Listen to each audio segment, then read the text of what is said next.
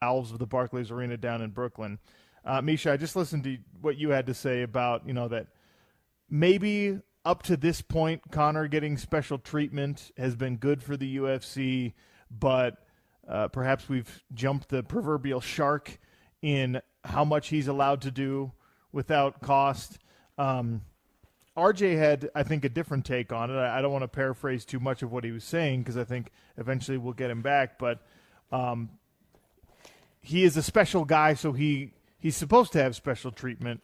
And I'd like to hear from all the listeners out there, 844-796-7874. How far does the special treatment extend? Miesha, you astutely pointed out that the punishment for the UFC against Conor cannot be cutting him, right? Right. That's off the table completely, right? Right. He's too valuable. He's too valuable. He's worth too much money. He's too valuable.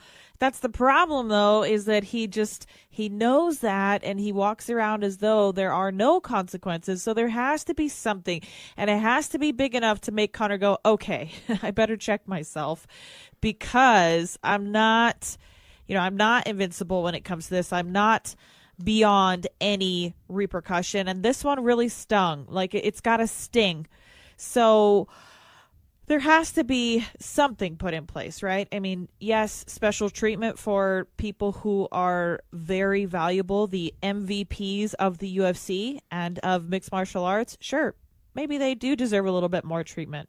Conor's done wonders for the sport to bring light to it and everything, but we got to draw the line somewhere. This was just unacceptable.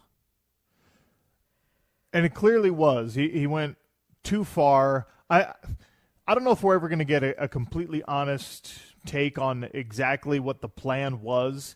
I know that he wanted to defend the honor of his friend Artem Lobov, and I know that he packed a plane full of his buddies from Ireland, and they all flew over there. Maybe that's the problem, Sean. Maybe there wasn't even a plan. I think Conor's kind of a hothead. I bet you he just went over there knowing, like, he was pissed off that his buddy sort of got punked in the moment by Nurmagomedov, and he just wanted to go over there and have a confrontation, to get in his face. And I don't know if there was a plan. I think that's why it probably got so out of control and why other people were involved, because if he had a plan, maybe he would have executed a little bit better. Maybe he would have actually waited for the time when it could have just been him and Nurmagomedov and they could have had words, man to man. But no, I mean, involving a bunch of other fighters that had absolutely nothing to do with it just makes me think that this was really something off the cusp for Conor McGregor.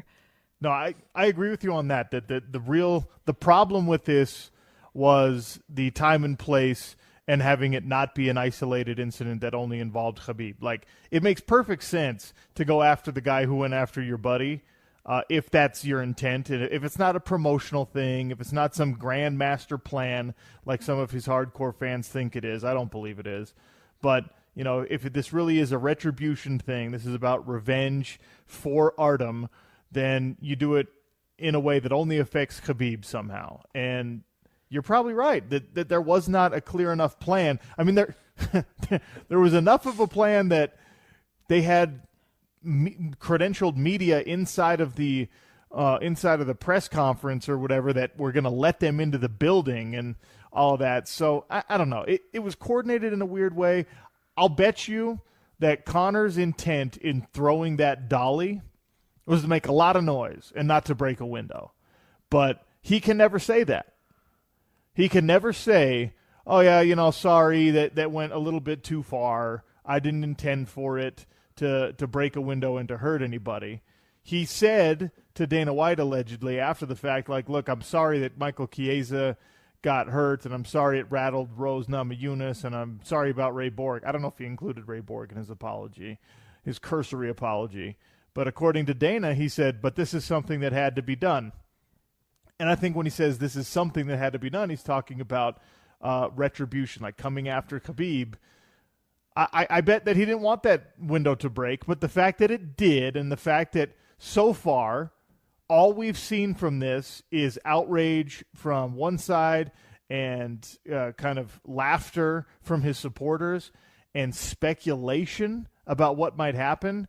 in terms of punishment, it's not enough. There needs to be a clear, decisive course of action on how you handle this. And Miesha, I would love for us to just bat back and forth ideas on what that clear and decisive. If you're the UFC, do you sue Conor McGregor? Because it's so weird. Normally when we talk about the UFC and we say don't bite the hand that feeds you, it's the fighter that is not wanting to combat. Like we'll say Tyron Woodley, for example. We say don't bite the hand that feeds you. We're talking about Tyron not biting the UFC's hand, right? Because the UFC feeds. Well, it's almost like the UFC and Conor McGregor are on the same playing field as far as how they are with each other, how to work with each other. It's weird because Conor's gotten such an elite status that he's so valuable to the UFC. So we say don't bite the hand that feeds you. Does the UFC, should they sue Conor McGregor? Or is that, in a way, biting the hand that essentially feeds you? Miesha, What a monster has been created. You're absolutely right. So I'm sitting here and I'm going, yeah, the UFC has to do something. Clearly, they have to figure out a way to punish Conor McGregor. You know what the biggest punishment for Conor McGregor would be right now? And it's nothing that the UFC can force upon him. You force him to fight. That's the way. That's the way that the UFC gets the most bang for their buck out of this, and gets the most, rights the wrongs that Conor McGregor has done. The way that you get that from Conor is that he has to fight for you. He owes you something in the fact that he hurt those other fighters. So the best thing to do is to make him fight, and I guess take some of that money and give it to Michael Chiesa and Ray Borg or whatever. Or he should have to fight Michael Chiesa. Yeah. I mean, because, Chiesa would be like, yeah, just because you kind of owe it to the guy for taking him out of a fight and all that good stuff. Yeah. It's wild, though, because, if I put the question out, 844-796-7874, should the UFC cut Conor McGregor? If we put a poll out there, it's going to be our first ever completely unanimous poll, right, Miesha? Where it's 100% of people say, no, you should not cut Conor McGregor. So what do you do? I think if we ask the question, what do you do with Conor McGregor, and you give him options, I think there's going to be a bunch of split options. You can't cut him because that's what he wants. He would just go start his own competing organization, and you would have completely bit the hand that feeds you if you're the UFC. Uh-huh. You can't force him to fight. That's just not possible to do. It's not. No one is physically able to make him go through a weight cut, go through a fight camp, sign a contract, get back in there and fight. And Miesha, your suggestion of does the UFC sue Conor McGregor? What are you going to do? You're going to recoup $2 million worth of lost income from UFC 223 in Brooklyn. You're going to get that from Conor McGregor. Very pissed off Conor McGregor that's resentful. Yeah, and he never wants to work with you in any way again. He never cuts you another promo. He never fights for you again. He probably starts to steer guys from his gym to other organizations out of spite. You're absolutely right, Miesha, that the monster created by the UFC is now something that is impossible. There's no known solution, at least in my mind, for how you resolve this issue under the UFC banner, so to speak. Yeah. I'm curious to see what the callers have to say, because I'm racking my brain and I just can't think of something that's, a good enough punishment, but that's not to the point where we lose the value in the entertainment and everything that Conor McGregor does have to offer for the sport. So, yeah, what do you do? What do you do with what suffices? I don't know if I have the answer to that. Curious what people have to say. Brian in Georgia is up first on our hotline, 844-796-7874. Hey, Brian. Hey, what's going on, guys?